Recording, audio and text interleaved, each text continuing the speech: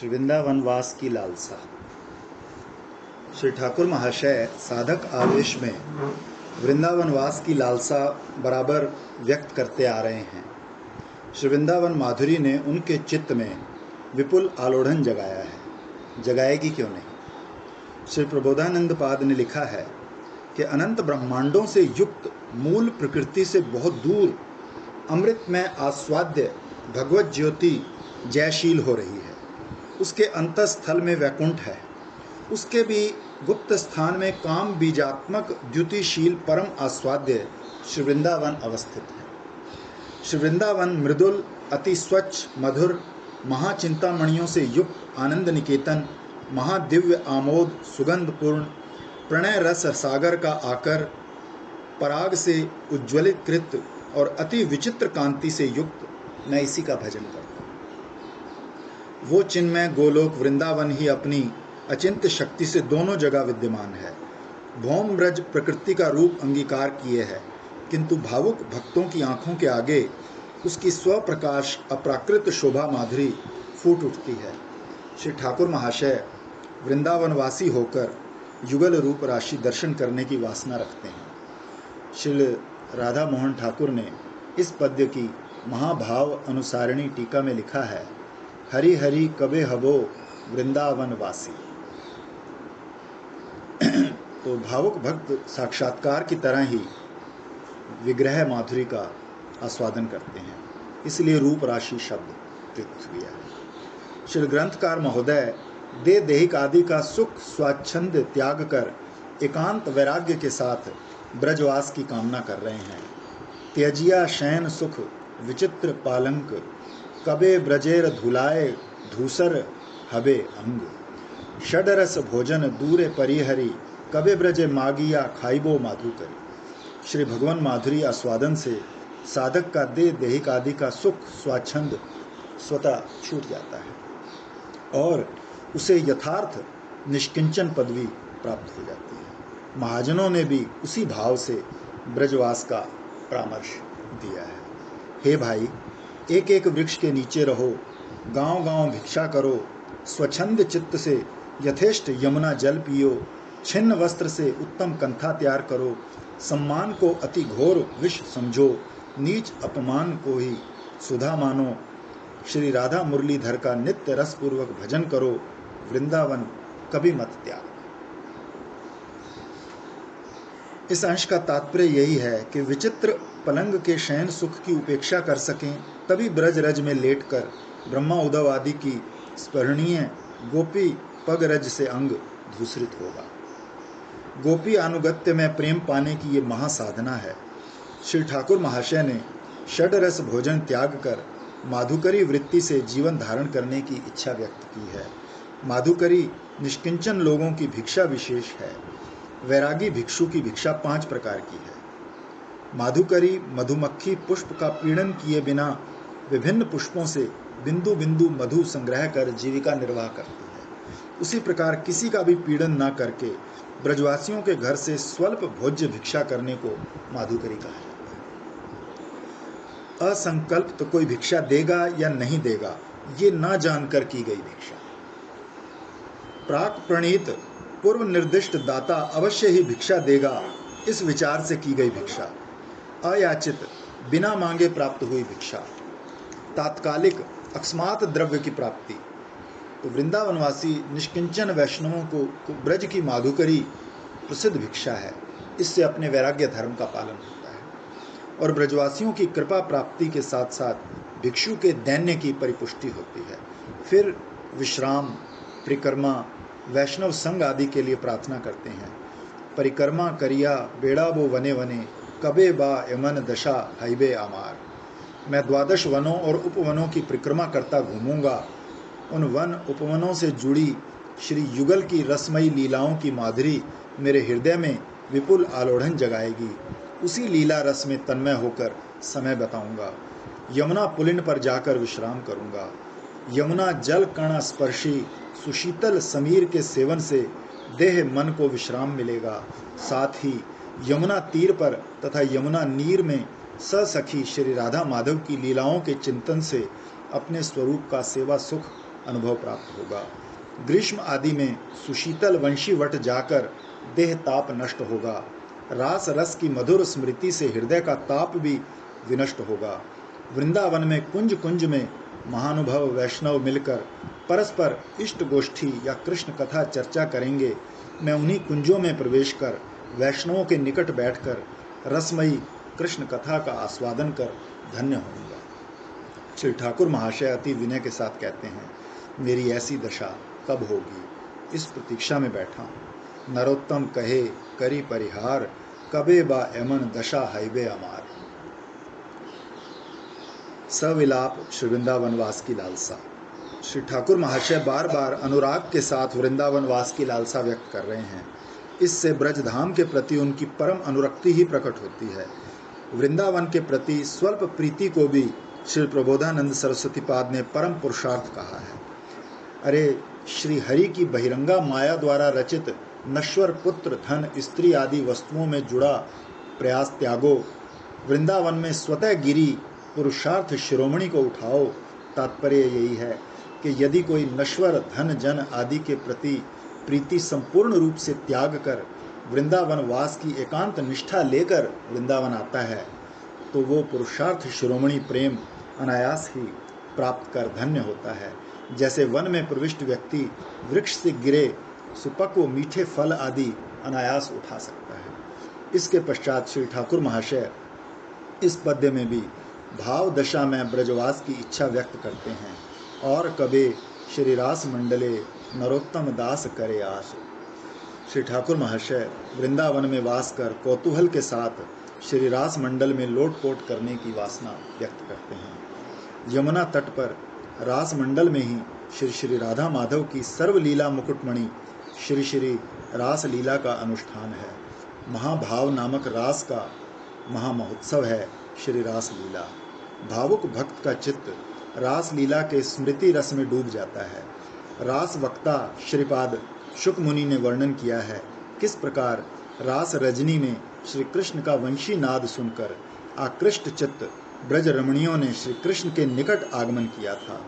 वो अपने वर्णन में ऐसे तन्मय हो गए थे कि ब्रज सुंदरियों ने श्री कृष्ण के निकट गमन किया ना कहकर ब्रज सुंदरियों ने श्री कृष्ण के निकट आगमन किया। इस प्रसंग में वैष्णव तोषणी टीका में लिखा है कि रास वर्णन के आरंभ में ब्रज देवियों के श्री कृष्ण के निकट गमन वर्णन में श्री शुक मुनि में ऐसा भाव विशेष का उदय हुआ कि उन्होंने स्वयं भी ब्रज देवियों की तरह गोपिका रूप में श्री कृष्ण के निकट उपस्थित होकर ही उन लोगों का वहां आगमन निर्णय किया।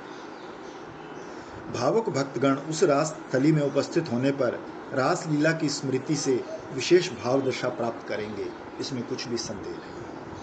फिर नैन भरकर गिरिराज गोवर्धन दर्शन की बात कही है। श्री श्री राधा माधव की अशेष लीलाओं का स्थान है गिरिराज गोवर्धन। श्री गोवर्धन ने श्री राधा माधव की अति सुगुप्त या रहस्यमय विलास लीला के संपादन के लिए अपने अंग में अति विचित्र मणि रत्न में गुफाएं धारण कर रखी हैं। उनमें मणि रत्न पात्रों में सभी अद्भुत विलास उपकरण सुसज्जित रहते हैं। इन गुफाओं में श्री राधा माधव को जिस रहस्य में विलास आनंद का आस्वादन होता है वो अन्यत्र कहीं संभव नहीं। इसके अतिरिक्त दान लीला, मान लीला, रास, मानस गंगा में नौका लीला आदि रहस्यमय लीलाओं का अनन्य निकेतन है श्री गिरिराज गोवर्धन। एक तो वैसे ही गिरिराज की भक्त नयन मन रसायन अपूर्व शोभा, ऊपर से युगल की इन सब लीलाओं की स्मृति भक्त के प्राणों में विविध भाव दशाओं का उद्गम हो जाता है। सर्वोपरि ब्रज मुकुटमणि श्री राधा कुंड श्याम कुंड। जैसे श्रीमन महादेव श्री विष्णु चरणों से निकली गंगा को मस्तक पर सतत धारण कर त्रिलोक पवित्र कर रहे हैं, वैसे ही कोटि गंगाओं से भी अधिक महात्म युक्त सर्व तीर्थ में श्री कृष्ण पाद पद्म मकरंद श्याम कुंड और राधा रानी के ही अभिन्न स्वरूप श्री राधा कुंड को हरिदास वर्य गिरिराज ने भक्ति से भरकर अपने मस्तक पर धारण कर रखा है। श्री ठाकुर महाशय ने उन्हीं कुंड द्वय में स्नान कर प्राणों को शीतल करने की इच्छा व्यक्त की है। प्राण शीतल करने वाला ऐसा स्नान और किस तीर्थ में हो सकता है। श्री कविराज गोस्वामी पाद ने लिखा है, कुंडेर माधुरी जेनो राधार मधुरिमा, कुंडेर महिमा जेनो राधार महिमा, सही कुंडे एक बार जय करे स्नान, तारे राधा सम प्रेम कृष्ण करे दान। ये कुंड तट ही श्री श्री राधा माधव की रहस्यमय मध्याह्न लीलाओं का स्थान है। श्री कुंड पर उन्हीं अनंत मधुमय लीलाओं की मधुर स्मृति भावुक भक्त की हृदय सरिता में अशेष भाव तरंगे जगाती है। फिर कहते हैं, और कबे यमुनार जले मत जने हईबो निर्मले। श्री ठाकुर महाशय दैन्यवश स्वयं को मलिन चित्त मानकर कहते हैं, यमुना के पावन नीर में स्नान करने से ही मेरा चित्त निर्मल होकर ब्रजवास और ब्रज लीला रसास्वादन की योग्यता प्राप्त करेगा। श्री राधा के कुछ तटों से लिप्त कस्तूरी से पंकिल हुए यमुना जल में बार बार स्नान कर मैं कुदेह में आत्म अभिमान कब त्यागूंगा। अंत में कहते हैं, साधु संगे वृंदावने वास नरोत्तम दास करे आस।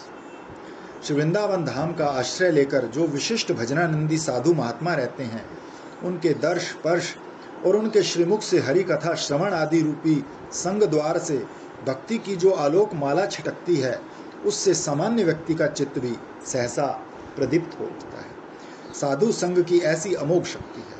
हमने कहा है, साधु संग भक्ति का कारण है, भक्ति का कार्य है और साधु संग ही साक्षात भक्ति है।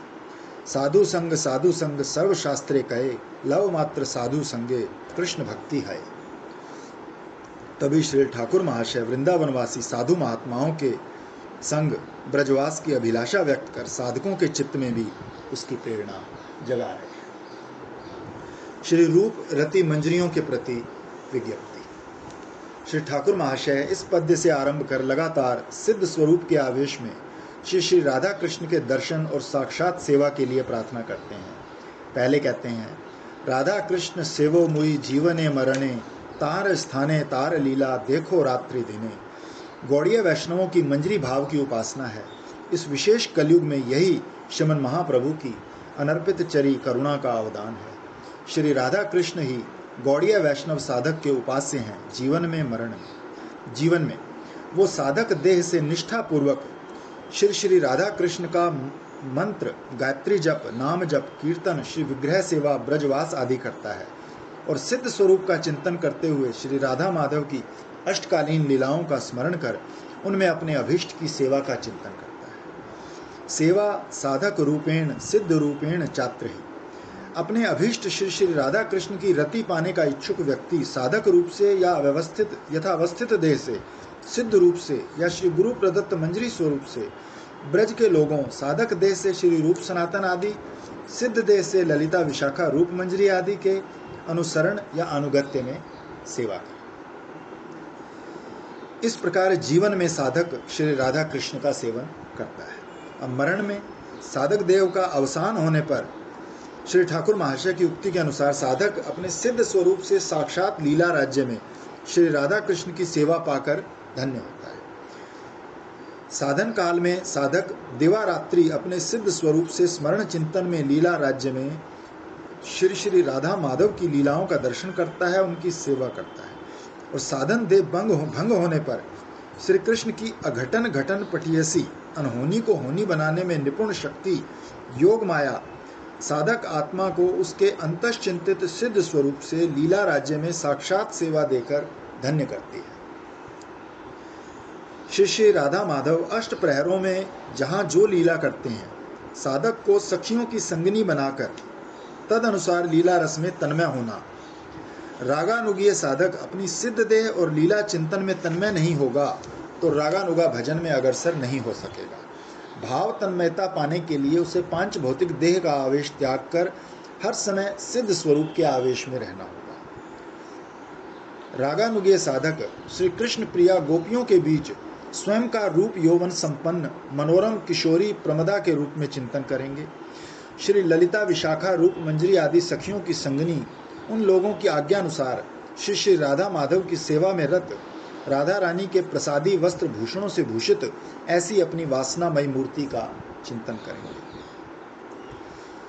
श्री वृंदावन में कालिंदी पुलिन पर कल्प वृक्ष के नीचे सुंदर लता मंडप में दिव्य किशोरियों के साथ सुललित उपहारों द्वारा सम्यक रूप से सेव्य उस आश्चर्यजनक लीला में गौर श्याम युगल की तद्भाव भावित आकृति की स्फूर्ति के साथ नित्य परिचर्या कब करूं। इसके पश्चात श्री ठाकुर महाशय अपने मंजरी स्वरूप में तन्मय होकर श्री युगल की रूप गुण लीला माधुरी और सेवा माधुरी के आस्वादन की आकांक्षा से मंजरीगण अध्यक्षा और नित्य सिद्ध मंजरियों की करुणा की कामना करते हैं। पहले मंजरियों में सर्वप्रमुख श्री रूप मंजरी की कृपा के लिए प्रार्थना करते हैं। श्री रूप मंजरी की करुणा से और उनकी अध्यक्षता में साधन सिद्ध मंजरी भाव साधक श्री राधा माधव की सेवा प्राप्त कर धन्य होता है। श्री ठाकुर महाशय ने इसका बहुत सुंदर वर्णन किया है। निरवधि श्री रूप मंजरी की सेवा से ही मंजरी भाव उपासक श्री राधा माधव की परिचर्या का सौभाग्य प्राप्त करेंगे। फिर नित्य सिद्धा श्री रति मंजरी और रस मंजरी की करुणा के लिए प्रार्थना करते हैं। हे रति मंजरी, मुझ पर करुणा करो, निरंतर अपनी पाद पद्म छाया में आश्रय देकर मुझे धन्य करो। श्री रति मंजरी के श्री चरण आश्रय में साधक की जड़ीय देहिक आदि की त्रिताप आदि ज्वालाएं शांत हो जाती हैं और वो भक्ति रस धारा में सुशीतल होकर युगल सेवा माधुरी का आस्वादन कर धन्य होता है। ज्ञान लीला में आता है ना, ललिता ऐसी है, विशाखा ऐसी है, वहाँ पर इसका श्री रति मंजरी ही इस महाप्रभु के युग में श्रीमद रघुनाथ दास गोस्वामी पाद के रूप में अवतीर्ण हुई है और उन्होंने आचार प्रचार द्वारा मंजरी भाव साधना का चरम आदर्श रखा है। निरंतर श्री रस मंजरी के पाद पद्म ध्यान से साधक को श्री राधा माधव के लीला रस माधुर्य और सेवा रस के आस्वादन का सौभाग्य प्राप्त होगा। ये ही श्रीमन महाप्रभु की लीला में श्री रघुनाथ भट्ट के रूप में अवतीर्ण हुई है और इन्होंने विश्व साधकों को युगल रस माधुरी के आस्वादन का सौभाग्य दिया है। श्री नरोत्तम ठाकुर महाशय श्री वृंदावन में नित्य युगल विलास माधुरी आस्वादन के सौभाग्य के लिए नित्य सिद्धा मंजरियों से प्रार्थना करते हैं। वृंदावने नित्य नित्य युगल विलास, प्रार्थना करे सदा नरोत्तम।